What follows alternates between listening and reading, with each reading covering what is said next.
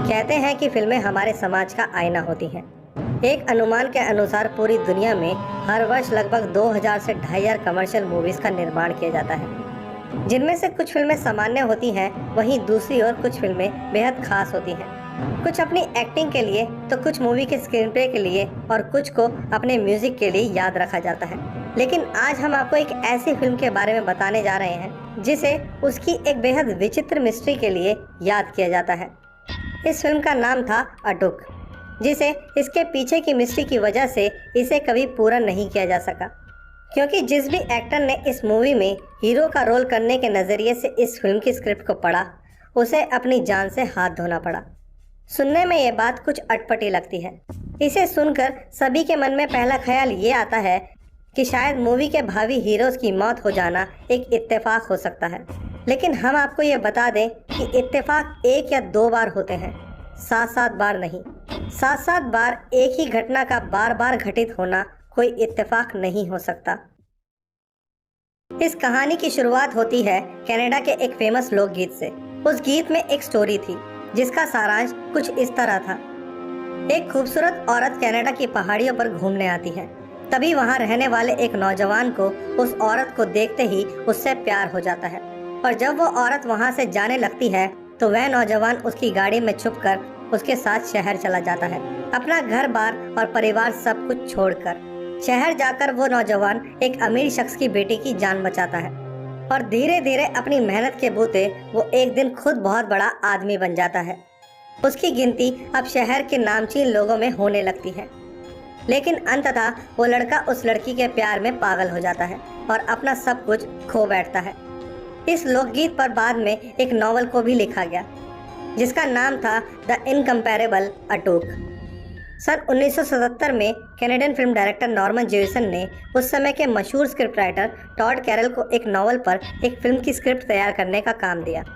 इस स्क्रिप्ट में अटूक की स्टोरी को अमेरिकन परिवेश में बदलकर एक लाजवाब कहानी तैयार करने में स्क्रिप्ट राइटर टॉड कैरल को लगभग 2 साल लगे, और सन 1979 में स्क्रिप्ट को फाइनल करने के बाद फिल्म के हीरो के रूप में कॉमेडियन एक्टर जॉन बेलुशी को चुना गया, जिन्हें ये स्क्रिप्ट पढ़ने को दी गई।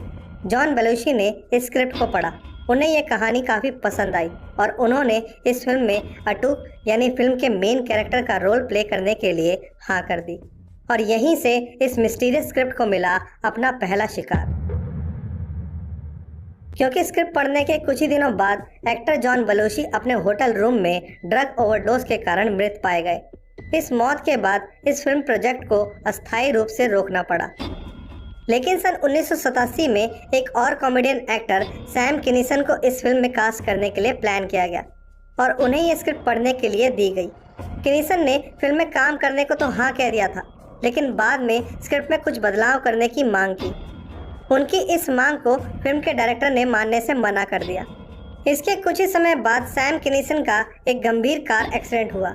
वो अपने एक दोस्त के साथ कार में कहीं जा रहे थे, तभी उनकी कार दूसरी कार से जा टकराई। इस एक्सीडेंट में किनीसन के सर पर गंभीर चोट आई। घटनास्थल पर मौजूद किनीसन के दोस्त ने बताया कि मरने से पहले किनीसन लगातार I don't want to die, I don't want to die ये शब्द दोहरा रहे थे, मानो वो किसी अदृश्य से बात कर रहे हों। फिर अपनी आखिरी सांस लेने से पहले किनीसन के मुंह से आवाज़ आई, ओके ओके ओके, और इसी के साथ वो हमेशा के लिए मौत की नींद सो गए। उनके दोस्त का ये कहना था कि मौत से पहले किनीसन के हाव भाव से ये साफ लग रहा था कि वो किसी अदृश्य शक्ति को साफ देख पा रहे थे जिसे वहाँ मौजूद और कोई नहीं देख सकता था।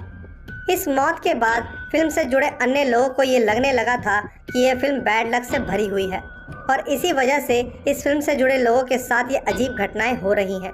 वहीं कुछ लोगों ने इस बातों को सिरे से नकारते हुए इन घटनाओं को महज इत्तेफाक माना। इसके बाद इस फिल्म में अटूक के रोल के लिए जॉन कैंडी को चुना गया, और सन 1993 में जॉन कैंडी को इस फिल्म की स्क्रिप्ट सौंप दी गई।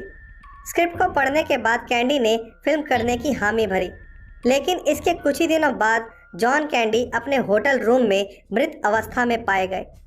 उनकी मौत की वजह कार्डियक अरेस्ट को बताया गया। इस फिल्म की स्क्रिप्ट माइकल डोनेगी नाम के एक शख्स ने जॉन कैंडी को दी थी। इससे पहले इसी शख्स ने यह स्क्रिप्ट बेलुशी को भी दी थी। इसी बीच माइकल ओडोनगी ने कई बार स्क्रिप्ट को भी पढ़ा था। शायद इसी वजह से स्क्रिप्ट के साथ जुड़े श्राप ने ओडोनगी को भी अपना अगला शिकार बनाया और उनकी भी असमय मौत हो गई। अब तक फिल्म से जुड़े सभी लोग ये मान चुके थे कि यह स्क्रिप्ट एक शापित स्क्रिप्ट है, जिसे जो कोई इंसान पढ़ता है वो इस स्क्रिप्ट के श्राप की भेंट चढ़ जाता है। इसके बाद इस स्क्रिप्ट में कुछ बदलाव करके क्रिस फार्ली और फिल हार्टमैन को दिया गया और इन दोनों ने ही इस फिल्म में काम करने में अपनी दिलचस्पी दिखाई। लेकिन पहले फार्ले और फिर हार्टमैन दोनों की ही अजीबोगरीब कारणों से हुई मौत ने इस बात को पुख्ता कर दिया कि जो भी उस खतरनाक शापित स्क्रिप्ट को पढ़ता है उसे मौत की नींद सोना पड़ता है। इतनी सारी मौतों के कारण और फिल्म के बेहद बदनाम होने के कारण इस फिल्म प्रोजेक्ट को हमेशा हमेशा के लिए बंद कर दिया गया और इस फिल्म की ओरिजिनल स्क्रिप्ट को हमेशा हमेशा के लिए किसी गुप्त जगह पर छुपा दिया गया, ताकि इसके बाद और कोई इस शापित स्क्रिप्ट का शिकार ना बने। हालांकि उस स्क्रिप्ट की कॉपीज आज भी इंटरनेट पर मौजूद है, लेकिन उस असली स्क्रिप्ट का क्या हुआ और उसे कहाँ रखा गया, ये आज भी कोई नहीं जानता।